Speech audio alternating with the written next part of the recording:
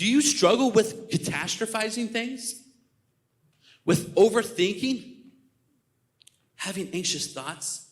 So much to where your mind begins to get swallowed in all these thoughts and it turns into a prison in your mind? Now, in the book of Philippians, Paul is writing the letter to this church. And as he is writing this letter, he is actually in a Roman prison. And most scholars believe that as Paul is in this prison, he is actually chained to a Roman guard around the clock.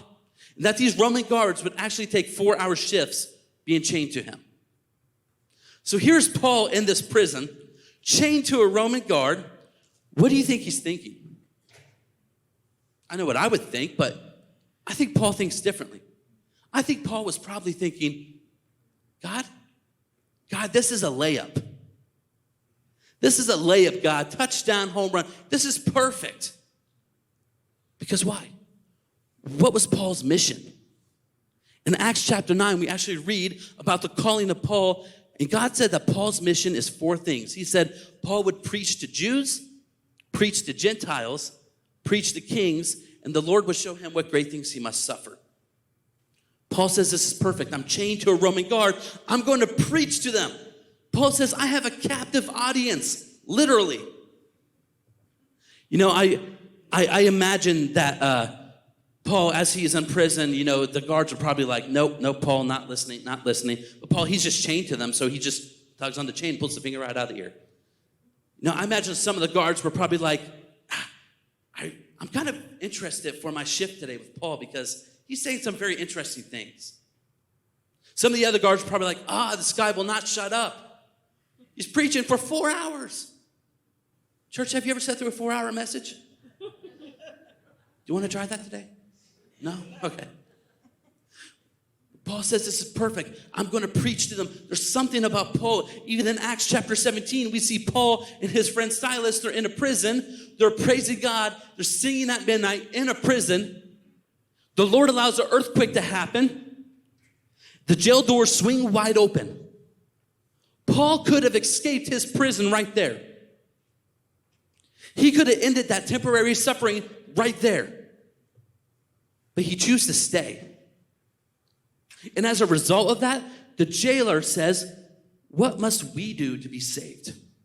There's something about Paul. You see, what others would view as a catastrophe, Paul sees as an opportunity.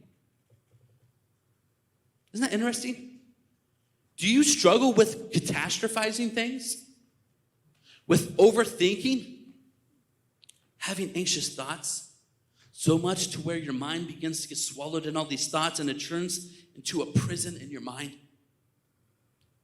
What others would view as a catastrophe, Paul sees as an opportunity. In fact, we even know Paul sees as an opportunity because in Philippians, as he is writing this letter to the church, chained to a Roman guard in prison, Paul actually says that it's his chains, it's the prison that has actually turned out for the furtherance of the gospel.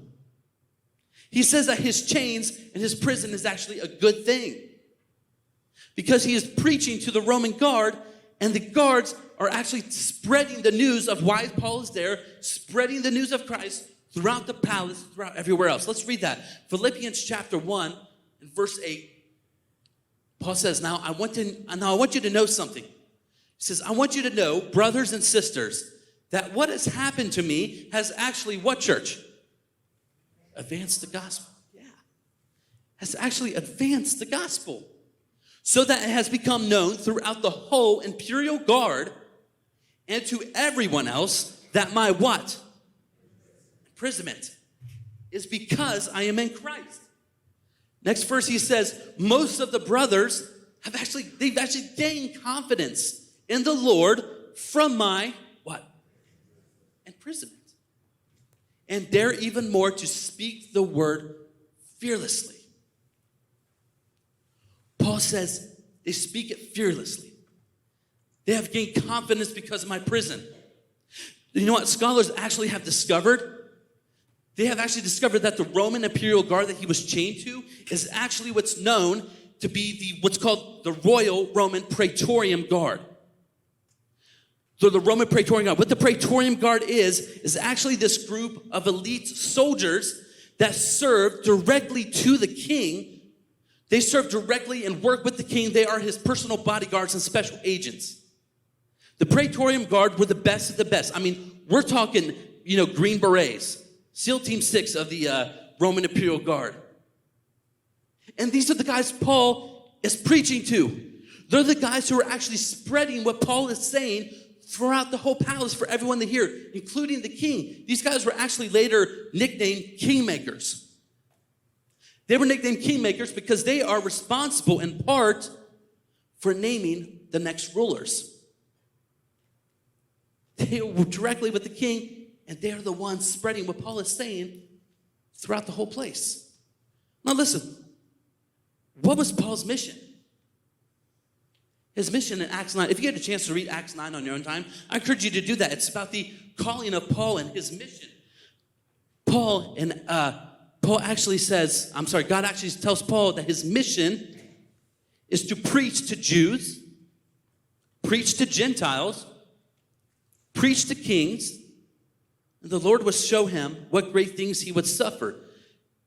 But little did Paul perhaps realize that it was through the great things he must suffer that the gospel would actually go to the king. Isn't that interesting how sometimes God will often do a reverse MO when it comes to fulfilling the mission in our lives? I mean, speaking to kings is fun. Suffering is not. These things are contradictory. Or what if perhaps through Christ, these things are actually complementary? What if it's through the great things you must suffer that the gospel would go to the king? What if it's through the great things you must suffer that the gospel is actually advanced? So what is it, God? Am I going to speak to kings or am I going to suffer many things? Answer, yes. Yes, both. Both. Listen, church, I want to present a question to you today. I want to present a question. What if your pain and your prison is actually the platform on which God will perform his power?